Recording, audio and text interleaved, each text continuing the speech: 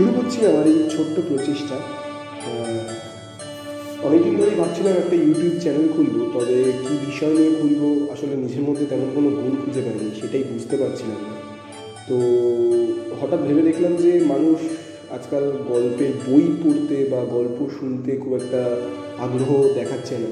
তো ভাবলাম যে গল্প পড়া নিয়ে কিছু একটা শুরু করি। আমি জানি যে এরকম বিষয় নিয়ে অনেক কিছু আছে, কারণ আমি খুবই ছোট্ট নগণ্য ব্যক্তি এটা শুরু করার জন্য। তবে শুরু করতে তো আপত্তি নেই, কিন্তু আপনাদের ভালোবাসা পেলে তো আমিও একসময় নিশ্চয়ই একটা কোনো জায়গায় দাঁড়াতে পারবো, সেটা পরের কথা। তো যেটা উদ্দেশ্য সেটা হচ্ছে গল্প শোনানো, বিভিন্ন বিষয় বিভিন্ন রকম গল্প, শুধুমাত্র ভূতের গল্প বা পার্টিকুলার কোনো বিষয়ের গল্প সেটা নয়, বিভিন্ন রকম বিষয়ের গল্প থাকবে, পড়ে শোনাবো আপনাদের কেমন লাগলো আপনারা কমেন্ট বক্সে জানাবেন। তো এইখান থেকেই শুরু করছি আমাদের পথ চলা। আপনাদের ভালোবাসায় আশা করি অনেক দূর যেতে পারবো। আমার কাছে যা গল্পের বই রয়েছে সেই সংগ্রহ থেকেই আপনাদের গল্প শোনাবো, দেখা যাক কতদূর কী করে উঠতে পারি। আজকের গল্পটা আমি নিয়েছি দেব সাহিত্য কুটির প্রাইভেট লিমিটেড সম্পাদিত শুকতারার 101 ভূতের গল্প এই বইটা থেকে। আজকে গল্পের নাম হচ্ছে নিমাই ভট্টাচার্যের লেখা অবিশ্বাস্য। তো শুরু হচ্ছে আজকে গল্প অবিশ্বাস্য। শনিবারের বারবেলায় বেরুতে অনেকেই বারণ করেছিল, কিন্তু সকলের কথা অগ্রাহ্য করে বড়বাজার থেকে কেনাকাটা সেরে যখন শিয়ালদা স্টেশনে পৌঁছালাম তখন আর মাত্র 5-7 মিনিট বাকি আছে গাড়ি ছাড়তে। তাই তাড়াতাড়ি বোলপুরের একটি টিকিট কিনে দৌড়ালাম। সেখানে গয়া প্যাসেঞ্জার দাঁড়িয়ে আছে।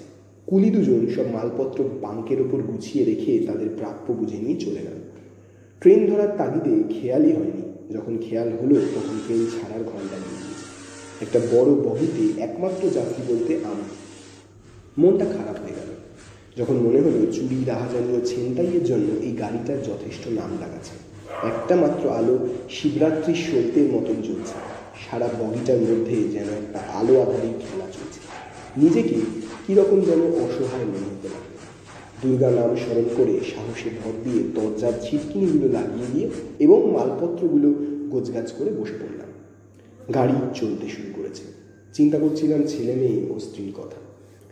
এখন তারা কি করছে, আর এইসব ঝামেলা আমার মাথার উপর চাপিয়ে দেওয়ার জন্য মনে মনে স্ত্রীকে খুব গালিগালাজও করছিলাম। আমি যেখানটায় বসেছিলাম সেখান থেকে ওপাশের বাথরুমটা পরিষ্কারই দেখা যায়। এক মনে চিন্তা করছি, ঠিক সেই সময় বোলপুরের কিঙ্করবাবু বাথরুম থেকে হাসতে হাসতে আমারই সামনে বসে পড়লেন। কিঙ্করবাবুকে দেখা মাত্র কেমন যেন হতবাক হয়ে গিয়েছিলাম।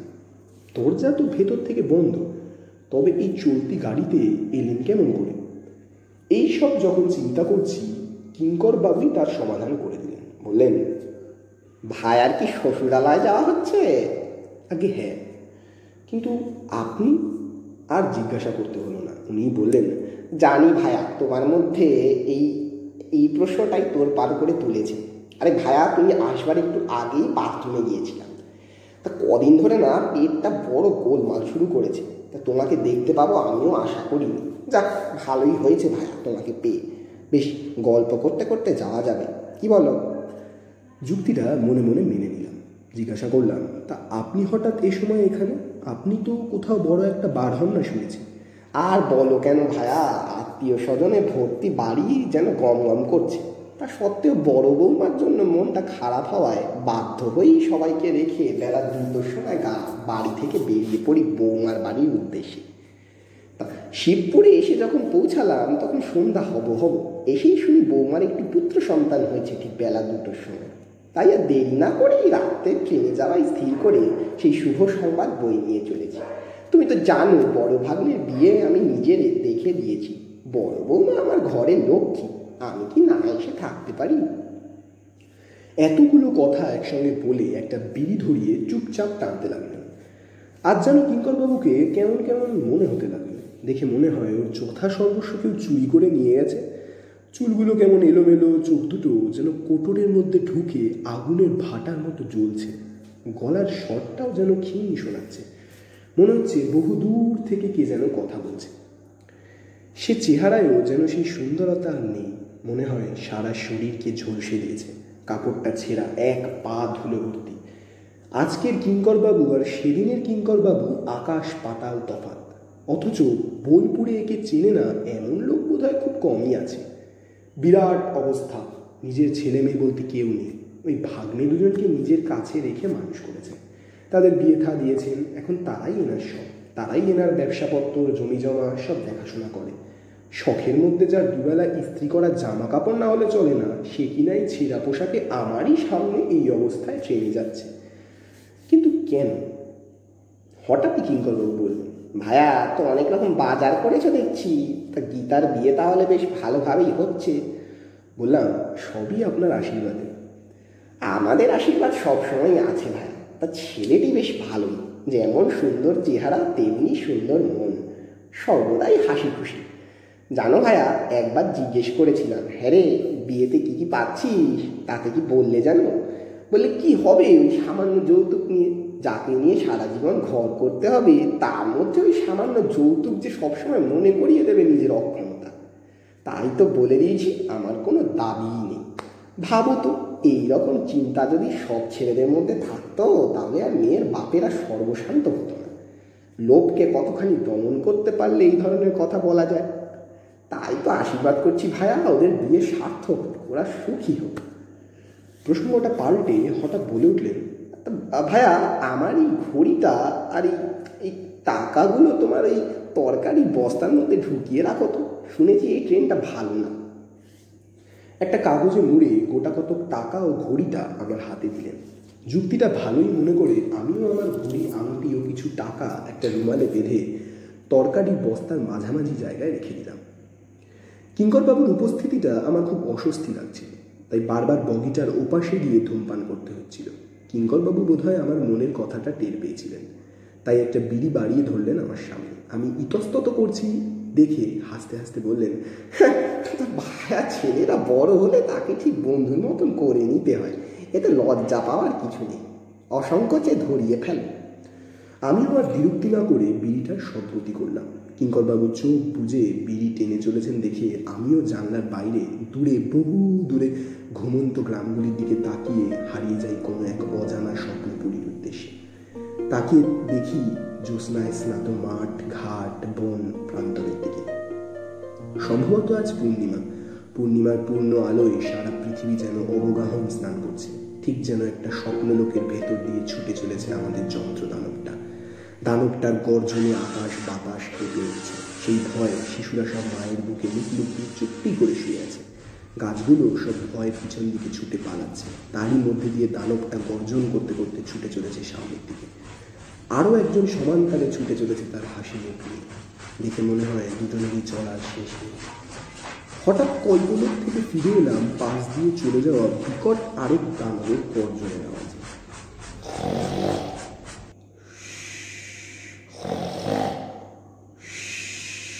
ঘুরে দেখি কিঙ্করবাবু চোখ দুটো খোলা রেখে মুখটা হা করে ঘুমোচ্ছেন, যেন একটা মরা মানুষকে কেউ বসিয়ে রেখে দিয়েছে। বগির ভেতর অল্প আলোয় কিঙ্করবাবুর মুখটা দেখে বেশ ভয় ভয় করতে লাগলো। আবার একটা সিগারেট ধরিয়ে বাইরের দিকে তাকিয়ে বসে রইলাম। রাত 11টা হবে, এইবার গাড়ি ব্যান্ডেলে পৌঁছবে। নানান ধরনের চিন্তার মধ্যে দিয়ে একসময় খেয়াল হলো গাড়ি প্ল্যাটফর্মে ঢুকছে।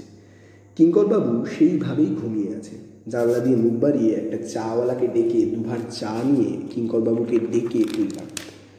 চা খেতে খেতে দুজনে গল্প করতে থাকি। একসময় কিঙ্করবাবুই বললেন, ভাইয়া এবার তুমি একটু গড়াগড়ি দিয়ে নাও, আমি তো অনেকক্ষণ ঘুমালাম। সুযোগ পেয়ে শুয়ে পড়লাম। একটু তন্দ্রার মতন এসেছিল, হঠাৎ একটা চিৎকারে ঘুমটা ভেঙে গেল। তাকিয়ে দেখি কিঙ্করবাবু নেই। বুকটার মধ্যে ছ্যাদ করে উঠল।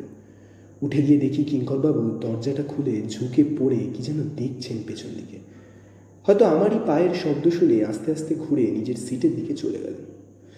আমার আর কিছু কথা জিজ্ঞেস করবার সাহস হলো না। দরজাটা বন্ধ করে দিয়ে আমি আমার জায়গায় এসে বসলাম। এই কিঙ্করবাবুর সঙ্গে আমার বছর খানেক দেখা সাক্ষাৎ নেই। প্রায় 1 বছর পর আমি শ্বশুর বাড়ি যাচ্ছি। তবে আগে যতবার গেছি এর সঙ্গে দেখা না করে আসিনি। এনার অমায়িক ব্যবহার যেন বারবার হাতছানি দিয়ে ডাকে। কিন্তু আজ কেবলই মনে হচ্ছে এই কিঙ্করবাবুর মধ্যে কোথায় যেন একটা বিরাট তফাৎ উকি মারছে। শক্তিগড় বহুক্ষণ পার হয়ে এসেছি। বর্ধমান আসতে আর বেশি দেরি নেই। তাই আর না ঘুমিয়ে জেগে বসে রইলাম। ওদিকে কিঙ্করবাবু চোখ বন্ধ করে চুপচাপ বসে আছেন। রাত্রি এখন প্রায় 2টো হবে। ঠান্ডাটাও বেশ জাঁকিয়ে পড়াতে শীত শীত করছে। একসময় বর্ধমানে গাড়ি থামতে কিঙ্করবাবু উঠে পড়লেন, বললেন, একটু বসো ভাই, আমি আসছি। বলেই এমন করে চলে গেলেন মনে হলো যেন হাওয়ায় মিশে গেলেন। তার ঠিক একটু পরেই একজন চেকার গাড়িতে উঠলেন টিকিট চেক করতে। আমাকে একা দেখে বেশ আশ্চর্য হয়েই প্রশ্ন করলেন, এত বড় কামরায় এত মাল নিয়ে এই রাত্রের গাড়িতে যাওয়া মোটেই উচিত হয়নি আপনার। একটু আগেই শক্তিগড়ের কাছে একজন নামকরা গুন্ডা গাড়ি থেকে পড়ে মারা গেছে। এই বলে ভদ্রলোক চলে গেলেন এবং যাবার সময় সাবধানে থাকতে বলে গেলেন আমাকে। ভদ্রলোকের কথা শুনে চিন্তার ঝড় বয়ে চলে মনের মধ্যে। শক্তিগড়ের কাছাকাছি তো কিঙ্করবাবু দরজা খুলে বাইরে কি যেন দেখছিলেন। একটা চিৎকারেই তো আমার ঘুমটা ভেঙে গিয়েছিল। তবে কি না, আর চিন্তা করতে পারলাম না। কিন্তু এ কি, গাড়ি তো চলতে শুরু করেছে অনেকক্ষণ। কিঙ্করবাবু কোথায়? একটা অজানা আশঙ্কায় বুকের ভেতর দূর দূর করতে লাগলো। জানলা থেকে পেছনে ফেলে আসা অন্ধকারে আচ্ছন্ন প্ল্যাটফর্মের দিকে তাকিয়ে কিঙ্করবাবুকে খোঁজবার চেষ্টা করছি। এমন সময় একখানা হাত আমার কাঁধের ওপর পড়ায় আটকে উঠে ফিরে দেখি বিরাট এক ঠোঙা খাবার হাতে নিয়ে কিঙ্করবাবু সেই প্রাণ কাঁপানো হাসি হেসে চলেছেন। আমার ফ্যাকাশে মুখের দিকে তাকিয়ে নিজেই অকস্মাৎ বলে উঠলেন, দরজায় দাঁড়িয়ে চাঁদে লুকোচুরি খেলা দেখছিলাম, তাই খেয়ালই ছিল না তোমার কথা। এসব খাওয়া যাক, ভীষণ খিদে পেয়েছে। বলে নিজেই 2টো জায়গা করে খাবার ভাগ করলেন। খাবারের পরিমাণ দেখে আমার চোখ তো ছানা বড়া। এত খাবার জীবনে কোনোদিনই খাইনি, বিশেষ করে মিষ্টি তো খেতেই পারি না। তাই ওরই মধ্যে সামান্য কিছু নিয়ে বাকিটা কিঙ্করবাবুর পাতে তুলে দিই। তাই দেখে কিঙ্করবাবুর হাসি আর ধরে না। বললেন, ভায়া, তোমাদের বয়সে আমরা কবজি ডুবিয়ে খেতাম আর পাহাড় ভেঙে বেড়াতাম, আর তোমরা মানে আজকের এই যুব সম্প্রদায় সে তুলনায় খেতেই পারে না। অবশ্য এর জন্য তোমাদেরই বা দায়ী করি কি করে? দেশের এমনই সমাজ ব্যবস্থা যার ফলে এই সম্প্রদায় না খেতে পেয়ে শুকিয়ে শুকিয়ে দেশলাইয়ের কাঠির মতন হয়ে উঠেছে। জানো, আমার যদি ক্ষমতা থাকতো তাহলে ওই শুকিয়ে যাওয়া কাঠিগুলোর মাথায় এমন একটা বারুদের খোল দিয়ে ঘষা দিতাম যার ফলে সব কাঠিগুলো একসঙ্গে জ্বলে উঠত, আর সেই আগুনে সব জ্বালিয়ে পুড়িয়ে আসল সোনার রং ভরিয়ে দিতাম বাংলার প্রতিটা ঘরে ঘরে। তাই তো বলি ভায়া, কবজি ডুবিয়ে খাবে, পাহাড় ভেঙে বেড়াবে, আর মনকে করবে নির্ভীক। দেখবে সেখানে থাকবে না কোনো ভয়। নাও না, আরম্ভ করো। খাওয়ার শেষে ওয়াটার বোতল থেকে খানিকটা করে দুজনে জল খেয়ে একটা সিগারেট ধরালাম। কিঙ্করবাবু নিজে একটা বিড়ি ধরিয়ে চোখ বুজে ধ্যানমগ্ন অবস্থায় বসে রইলেন। সারাদিনের ক্লান্তিতে কখন যেন ঘুমিয়ে পড়েছিলাম। হঠাৎ কিঙ্করবাবুর ডাকে ধর্মর করে উঠে বসি। ভায়া ভায়া, অজয় নদী পার হচ্ছে ভায়া, মালপত্র সব ঠিক করে না। বাইরে চাঁদের আলোটা কেমন যেন একটা ঘুমন্ত স্বপ্নপুরীর মতন দেখাচ্ছিল। আস্তে আস্তে প্ল্যাটফর্মে গাড়িটা দাঁড়াতে কিঙ্করবাবু আর আমি মালপত্র সব ধরাধরি করে প্ল্যাটফর্মের একটা গাছতলায় জড়ো করে রাখলাম। ঠান্ডাটাও বেশ পড়েছে। হিম শীতল জ্যোৎস্না আলোকিত প্ল্যাটফর্মে আমরাই মাত্র 2জন যাত্রী। একজন স্বপ্নালোকের মধ্যে আকুলি বিকুলি হয়ে কি যেন দেখার চেষ্টা করছে, তার ওই চাহনির মধ্যে কাকে যেন খুঁজে বেড়াচ্ছে। ভায়া, কি এই রাত্রি বাড়ি যাবে, না বাকি রাতটুকু এখানে কাটিয়ে ভোরবেলায় যাবে? তাই তো ভাবছি। আর মাত্র 1-2 ঘন্টা রাত আছে, এত মালপত্র নিয়ে যাওয়া কি ঠিক হবে? তাহলে এক কাজ করো, এসো ভায়া, বাকি রাতটুকু দুজনে গল্প করে কাটিয়ে দিই। অগত্যা দুজনে গাছতলায় বাঁধানো জায়গায় বসে পড়লাম। চারদিক নিস্তব্ধ। দূরের লাইটগুলো যেন একটা প্রদীপের মতন টিম টিম করে জ্বলছে। চাঁদের আলোটা অনেকটা ফিকে হয়ে এসেছে। লাইনের ওপাশে দুটো কুকুরের মারামারি চিৎকার ভেসে আসছে দূর থেকে। একসময় কিঙ্করবাবু উঠে চলে গেলেন বুকিং অফিসের দিকে। একা একা বসে আছি আর ভাবছি, আজ থেকে 15 বছর আগে ঠিক এমনি একটা রাত, সেদিনও সম্ভবত আকাশে এই জ্যোৎস্নাই মুখরিত করে দিয়েছিল। তবে সেদিন সঙ্গে ছিল আমার স্ত্রী। পরিচয় করিয়ে দিয়েছিল রবীন্দ্রনাথের তীর্থভূমির সঙ্গে, লালমাটির এই দেশ আম্রকুঞ্জের ছায়ায় স্থাপিত শান্তিনিকেতনের সঙ্গে। আজ তার কত পরিবর্তন। হঠাৎ চমক ভাঙল একটা মালগাড়ি আওয়াজ। তারই পিছনে লাল আলোটা ধীরে ধীরে দূর থেকে দূরে মিলিয়ে যেতে লাগলো কোন এক নাম না জানা দেশের উদ্দেশ্যে। ফিরে দেখি একজন পাহারাদার ধীরে ধীরে এগিয়ে আসছে আমার দিকে। বাবু সাহেব কি কলকাতা से আসলেন? কোথায় যাবেন? যাদু সুরিপাড়া শ্বশুরমশাইয়ের নাম বলতে বুঝলাম শ্বশুরমশাইকে চেনে। হাসতে হাসতে পাহারাদার বলল, अरे उनको तो हम बहुत छीने परसों रोज उनका छोटो लड़की शादी आछे हमार भी निमंत्रण आछे ता अपनी बुझी उ सब बाजार करिए लेन। अच्छा बाबूजी हम चलले परसों रोज फिन दिखा होबे। না না না না না না। চলে গেল একটা দেশওয়ালি সুর ভাজতে ভাজতে। কিঙ্করবাবু দুভার চা নিয়ে হাজির। ভোর 3-4টের সময় চা কোথায় পেলেন চিন্তা করছি, এমন সময় উনি হাসতে হাসতে বললেন, একজনকে ডেকে তুলে চা করিয়ে নিয়ে আসতে হলো। চা খেতে খেতে গল্প করছি, এমন সময় বললাম, আপনি বরং বাড়ি চলে যান, আমি চিনছি আমার জন্য এই ঠান্ডায় কষ্ট পাচ্ছেন। হাসতে হাসতে কিঙ্করবাবু বললেন, বুঝলে ভাইয়া সবই মায়া, আর এই মায়া আছে বলেই তো মানুষ বারবার পৃথিবীতে জন্ম নেয়। আত্মীয় স্বজন বন্ধু বান্ধবকে তাই মায়ার বাঁধনে জড়িয়ে থাকতে চায়, হয়তো উতলা হলো না, একসঙ্গেই যাওয়া যায়। অগত্যা বসে বসে গল্প করতে লাগলাম। একসময় পূর্ব গগনে একটা ক্ষীণ আলোর রেখা ধীরে ধীরে তার মিষ্টি আলোর ধারা ছড়িয়ে দিতে লাগলো এই মর্তের পৃথিবীতে। হঠাৎ কিঙ্করবাবু কেমন যেন চঞ্চল হয়ে উঠলেন। দুটো বিড়ি বার করে একটা আমার দিকে বাড়িয়ে দিতে বললেন, ভাইয়া একটু বসো, আমি ওই মাঠটা দিয়ে ঘুরে আসি। বলে উত্তর দিকের মাঠটায় আলো আধারের মধ্যে মিশে গেলেন। আলোর রেখাটা ধীরে ধীরে বড় থেকে বড় হয়ে ঘুরিয়ে তুলেছে আলোর বন্যায়। সেই আলোর পরশে পাখিরা সব গান ধরেছে দিনমণির আগমনের অপেক্ষায়। 2-1 করে লোক চলতে শুরু করেছে, কিন্তু কিঙ্করবাবুর আর আসার নাম নেই, যেন হারিয়ে গেছে লোকটা। অনেকক্ষণ বসে আছি, চলে যাব কিনা ভাবছি, এমন সময় আমারই বড় শালা সুরিপাড়া থেকে বেরিয়ে লাইন পার হয়ে দোকান খোলার উদ্দেশ্যে এদিকে আসছে। আমাকে ওই অবস্থায় দেখে প্রশ্ন করল, কি ব্যাপার এখানে বসে, রিক্সা পাননি বুঝি? বললাম, আরে না হে, তোমাদের কিঙ্করবাবু আমাকে বসতে বলে সেই যে গেলেন ওই মাঠটার দিকে, এখনো পর্যন্ত তার ফেরার নাম নেই।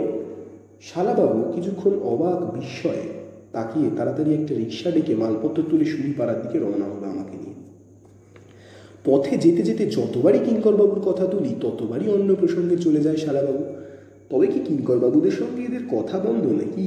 হয়তো সেই কারণে শুনতে চাইছে না কিঙ্করবাবুর কথা, তাই হয়তো বারবার অন্য প্রসঙ্গে চলে যাচ্ছে। মনে মনে বিরক্তি বোধ হতে লাগলো পড়াশোনাটির ওপর। রিক্সা চৌমাথা হয়ে সোজা উত্তরে উকিলপট্টির দিকে চলতে লাগলো। আর সামান্য পথই বাকি আছে। একসময় শ্বশুরবাড়ির দরজার সামনে এসে রিক্সা দাঁড়ায়। আমাকে দেখে স্ত্রী, ছেলে মেয়ে, শ্বশুর শাশুড়ি ও আত্মীয় স্বজন সবাই বেরিয়ে সদরে এলো। চেয়ে দেখি পাশেই কিঙ্করবাবুদের বাড়িটা তখনও ঘুমে অচেতন। শাশুড়ি ঠাকুরন দাওয়ায় একটা মাদুর পেতে দিলেন। হাত মুখ ধুয়ে এসে বেশ আরাম করে বসলাম। সঙ্গে সঙ্গে ছোট শাড়িটি 1 কাপ গরম চা এনে দিল এবং বেশ আমেজ করেই খেতে লাগলাম। আদর আপ্যায়নের বহরে সমস্ত ক্লান্তি যেন সরে যেতে লাগলো। হাজার হোক বড় জামাই তো। আমার মাল নামাতেই ব্যস্ত। বড় শালাকে দেখেই মনে পড়ে গেল কিঙ্করবাবুর কথা। জিজ্ঞাসা করলাম, হ্যাঁ কিঙ্করবাবু ফিরেছে কিনা একবার খোঁজ নিয়েছো?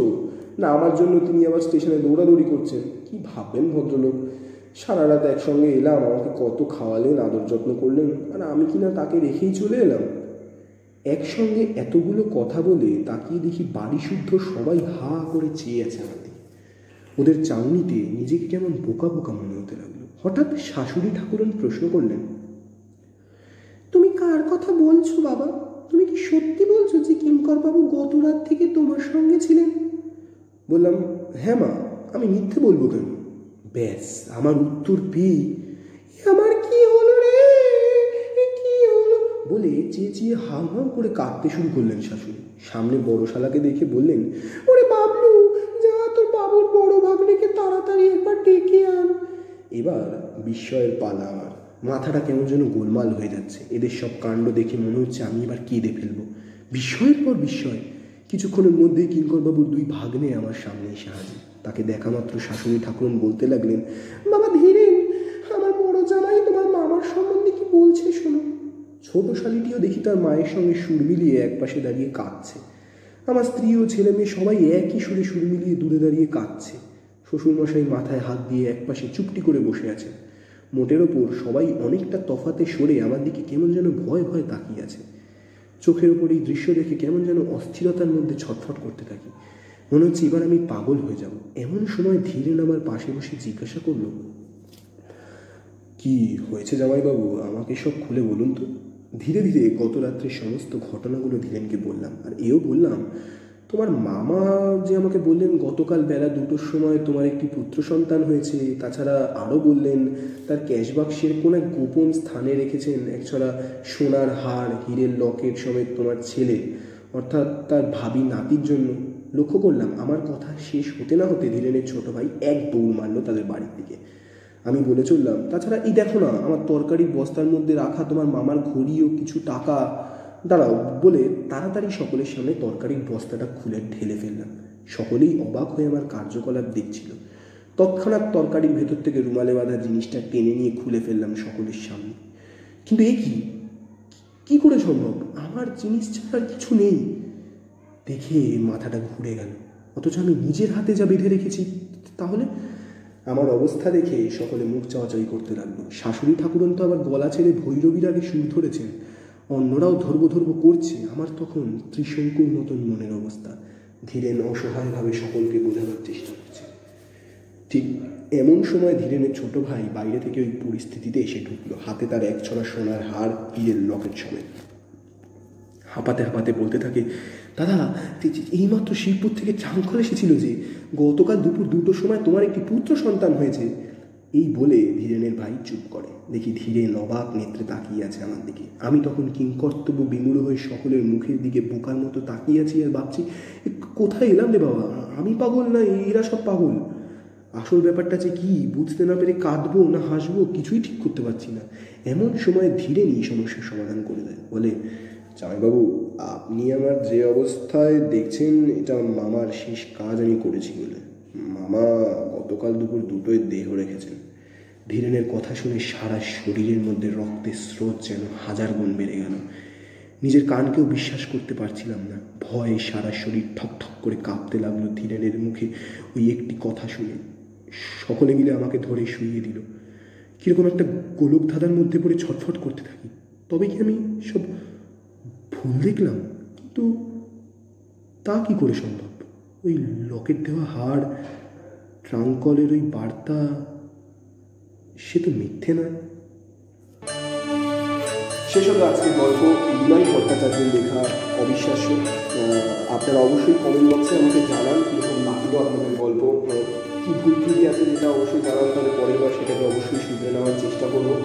এবং ভালো লাগলে লাইক করুন, ভালো না লাগলে ডিসলাইক করুন, আর কমেন্ট করুন, শেয়ার করুন বন্ধুদের সাথে, আত্মীয় স্বজনের সাথে। সবাইকে একটু বলুন নতুন চ্যানেল একটু সাপোর্ট পেলে ভালো লাগবে, সাবস্ক্রাইব করুন। ধন্যবাদ। পরের সপ্তাহে আবার শনিবার আরেকটা গল্প নিয়ে থাকবো আমি। ততক্ষণ অবধি বাড়িতে থাকুন, stay safe, stay happy always. Tata.